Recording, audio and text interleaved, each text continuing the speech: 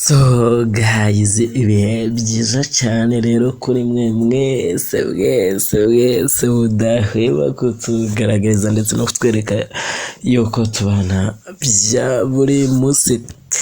Ino nakabari umwami w'umwana official, of course njye ndi umwami muto cyangwa se onyite musaza wabo Simba.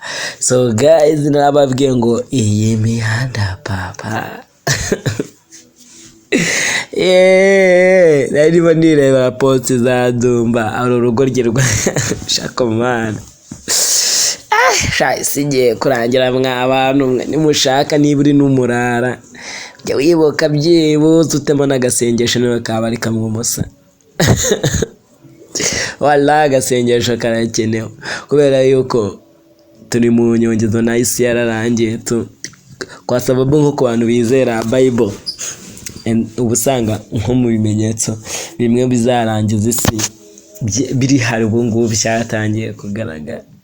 Impamvu ndimo mbabwira ibi imbere yo kugira ngo twivuge kuri Clapton Kiboke wasubije abamushinja gukora filime zitari ku rwego mpuzamahanga, nababwira yuko nyine Dumba ibi byose mpamvu mbivuze hari cowboy cyangwa se umuniga mani uyo ngo afata video uze gushaka Instagram ya Dumba namwe mirebe ati mani cya Dumba kumana Dumba gifite iminwa myiza gifite ukuntu rwose ari cyiza twasomana kumana.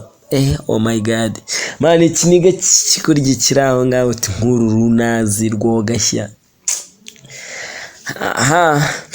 So guys, niba wakanze subscribe rero ndakwinginze ariko mani nturenga kanwa ka video dakanze sub si ibintu byoroshye ibaza basi dona napfukamye taho subscribe bazi kugira ngo twirukanka. So ukuvuga ngo Clapton Kiboke rero yasubije abamushinja gukora filime zitari ku rwego mpuzamahanga, avuga yuko byose biterwa n'ubushobozi kandi we izakora ari uko yabonye ko zimwinjiriza. Ibyo muvuga ngo mane ngo musango kora filime zimeze nk'iza ba Droke kareke negereje imyaka 8 cyangwa imyaka 3 filime itarasohoka gute nkicwa n'inzara. Kiboke rero yabigarutseho mu kiganiro yagiranye n'igihe aho yagaragaje yuko filime akora atagamije kuzishyira ku rwego mpuzamahanga ahubwo ikiba kigambiriwe ari uko zicuruza hifashishwa urubuga rwa YouTube. Urabizi n'abantu bazinyuza kuko ariho ahantu byibuze yaba yarabonye isoko rye nyine yarafatishije mu magambo make.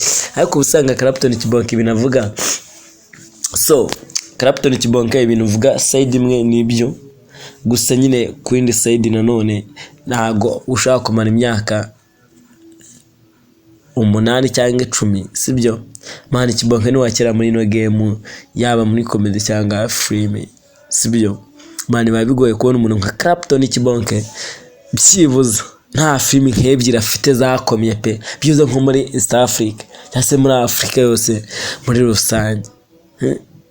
Mwana akabaye kuba harimo nka filime imwe yavuze utireka nemere mfate ibiceri byanjye nkori no movie kubera yuko byibuza niba uri nko mu kintu ukwiye gukora ikintu kigatwika mana. Apana kuvuga ngo njyemo ndakora umuturanyi yafashe mu Rwanda gusa njye ndeba filime zo muri Nigeria ndeba filime zo muri Nigeria mani nkungo bafite filime ndaza kuza kubushaka izina rya mu kindi kiganiro ndayibabwira namwe mujye kwireba. Gusa icyo nzi ni filime mani imiranyuzwa kuri Netflix kandi mu by'ukuri iyo movie uyirebye mani naga bakoreye ahantu mu mashyamba nabajyama bihigira utuzahabu n'ibipeti biraho nyine bisa nabi nyine sibyo. And then urebye ugasanga nk'izo movie abanyanigeria barimo bakora mani ni story ni mu mashyamba nyine na ahantu hari aho ngaho urebye nta mutegura wahatari urimo ku buryo twe tutategura movie nk'iyo ngiyo. So niba ari icyashoboka rero sinzi niba minister w'ubuhanzi n'iterambere ryabo utuma twishima Abdala niba bazatekereza no kubakinnyi ba filime kuko njye mbona bakunze kwibanda ku bahanzi gusa yo nihitiraga.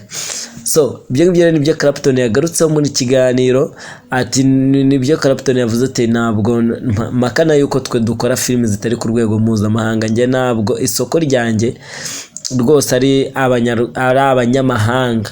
Wapi, ati ngewe isoko ryanjye ni iry'abanyarwanda. Atariko kandi hari n'izindi abanyarwanda bagejeje ku rwego mpuzamahanga zirakundwa, baba baduhagarariye aho ngaho hirya no hino, aho ngaho bari abo ngabo bakoze izo filimi bakazishyira ku rwego mpuzamahanga, nibo baduhagarariye. Ati naho ngewe, ati rero naho ngewe ntabwo namara icyumweru nasohoye filimi umuryango wanjye inzara ikawica nkaba ndyikiza. So abo ngabo rero bakoze izo movie nyine ziragenda zirakundwa zigera ku rwego mpuzamahanga. Abo ngabo bari kunshinja ko nakora, hari ababikoze nyine baduhagarariye. Ku rundi ruhande ko Clapton Kiboke yasabye imbabazi abo ngabo bamunenga kudakora ibintu ngo nibiwe mpuzamahanga. Ati batubabarire kuko iyo amagara atereye hejuru buri wese asamaye. Buri muntu wese cyangwa se buri umwe afite uko yinjizamo ibintu bye, afite uko yinjizamo, afite uburyo bwo gutekereza imyaka, afite uburyo bwo gutegereza nk'imyaka tuvuge 3 ngabone kwinjiza. Ariko nyine urabizi bro, abarabije bategura film imyaka 3 nibyo aho ngaba bashatse kuvuga.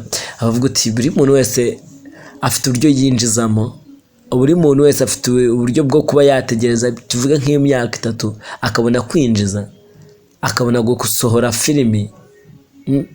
Ati ngero ndamutse nasohoye byibuza maze nk'icyumweru nari gusohora, ati inzara yanyica, ati nta ubushobozi mfite nyine nakicwa n'inzara.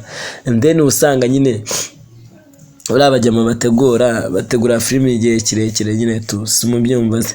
Ahangaha Clapton rero Kiboke yagaragaje yuko ubushobozi ariyo mbogamizi ya mbere abakora filimi bakunze guhura nayo, ku buryo usanga niyo bubonetse hari nk'ibindi bintu bihita bitwara bwa bushobozi nyine bukaba butakora movie nkuko nyine iri kuri standard nyine abo ngabo bifuza.